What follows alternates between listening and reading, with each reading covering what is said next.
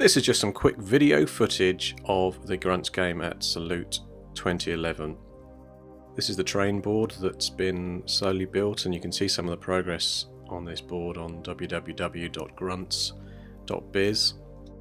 It took around 2 months to put together with a team of local friends here in Sussex in the UK, and I'll put a guide together soon with details on all the different materials used and how we went about it. The game of Gruntz was basically between two factions: these new Israeli figures, which are from Ground Zero Games, a series of high mobility vehicles you can see there, and on the other side of the board we had some ARC troops from Critical Mass Games. The battle mech that you could see there on the back of the bridge is from Iron Wind Metals and is from the museum scale range of battle mech figures. There were a couple of objectives in the scenario. Because this was a participation game, we wanted it to last around about an hour so gamers could get a feel for how the game played and how the different units work in the game of Gruntz. Israeli high mobility vehicles there had the objective of defending the back end of the bridge. They had a simple objective of moving an APC to the end of that bridge and deploying 2 squads. At the front of their force they had those spider droids you can see on those bright fluorescent discs, which are their shields, which were the first to engage with the ARC troopers. The ARC troopers themselves had 2 objectives. One was to hold the bridge for as long as possible behind that makeshift barrier that they put together there, which you can see now on the left hand side, and the spider droids there making a fast approach. They also had another target down at the far end of the bridge. The bearded man there is standing above it. One of the pylons had a communication generator at the base, and a second squad of ARC troops backed up by that Walker was intended to bring that down as one of their objectives. This mech was arriving on table on turn 2 after making a short dash across an area of desert to reach the battle.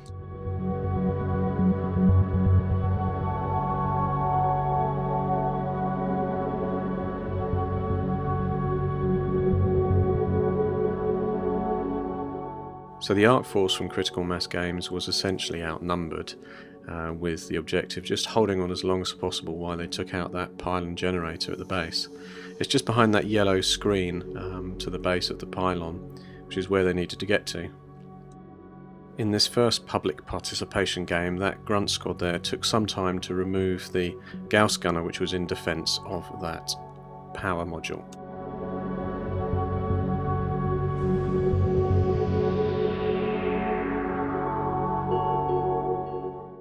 To allow players to have a go, we actually had 2 players per side, which gave everybody a chance at rolling some dice and getting a feel for the Gruntz game.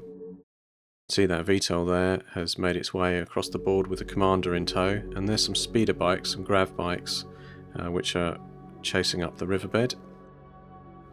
This is a close-up on some of the action in one of the games of the ARC troopers that have managed to get up close to the power generator which they need to bring down as their objective. There's the Gauss machine gunner in defence in the crow's nest, and he was making short work of any of those models which weren't finding good cover behind a tank. This was a game in the afternoon, and you can see those spider droids with their shields still up are making their way rapidly across the bridge, which was the first action they normally took. Thanks to Matthew and Abby for taking part and being patient as we played through the rules. Spider droid power shields are pretty tough, but they can get overloaded, so if you use a squad attachment weapon against them or a vehicle weapon, you can punch a hole through the shields, which is why we use the counters. We can remove them when the shielding has been damaged. They can regenerate it on a subsequent turn though. These very fast grav bikes were making a flank move across the board. Because they were grav based, they can pretty much traverse any terrain at high speed. They were trying to intercept these ARC troopers before they finished the job and destroyed that objective. This is the end of that game, and the ARC trooper player actually managed to destroy the power station over there and started to retreat off the table and the bridge.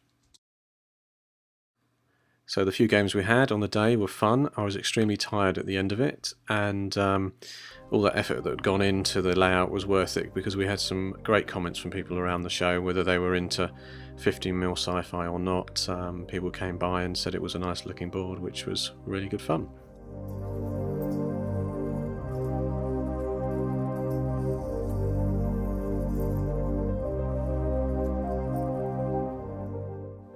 I didn't have much time to look around the rest of the show, but here's some new items from Ground Zero Games. We were beside their stand, so I took an early look over here. That's the new Krusty powered armor suit, which is about 6 centimeters in height. Various new Krusty heavy weapons teams there.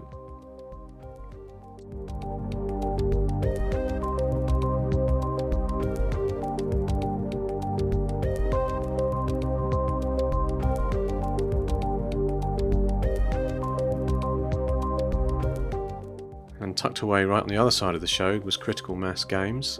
I wish they'd been a bit closer actually, in amongst the 15mm gamers area, you could call it. These are their nice Mesa set, which are really terrain items, but I think they look stunning and very alien-like. Great for a new layout if you're building one.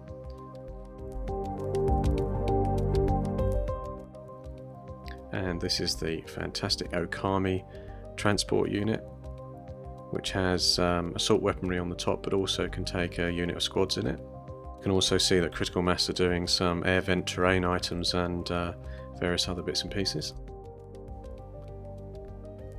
There's the Fenrir, which is the larger of the Okami transports, so you can get a couple of squads up in the belly of one of those beasts. These were my favourite things of the show, which are the yellow and green painted Protoline Force. For me, it gives them a really strong sci-fi feel.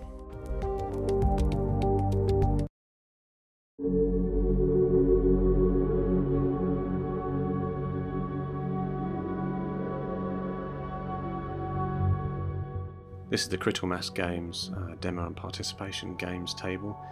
They used a really effective terrain mat with those Mesa terrain items which are built by Craig at Critical Mass Games.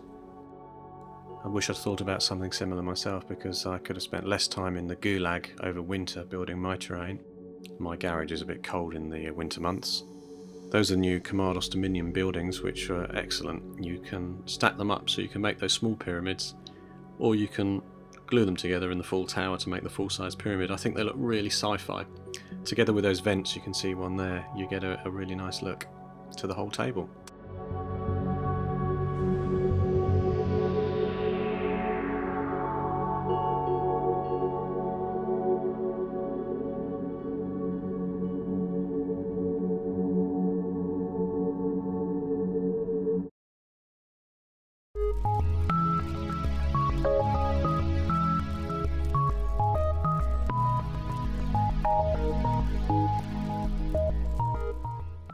These are some 6mm figures which I was checking out for use in Future War Commander, which is an excellent game system if you're into 6mm.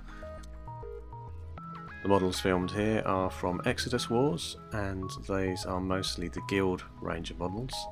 There's also some Khazari, which are those little dwarfs on bikes.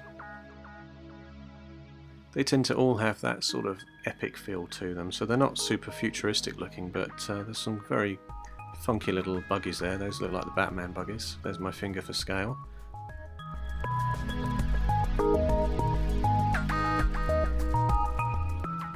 Thanks for listening in, and if you want to find out more information about the Gruntz 15mm Wargame, you can go to the www.gruntz.biz website. Please pop over. You can download the sample rules for free, including a bunch of profile cards for various manufacturers' miniatures.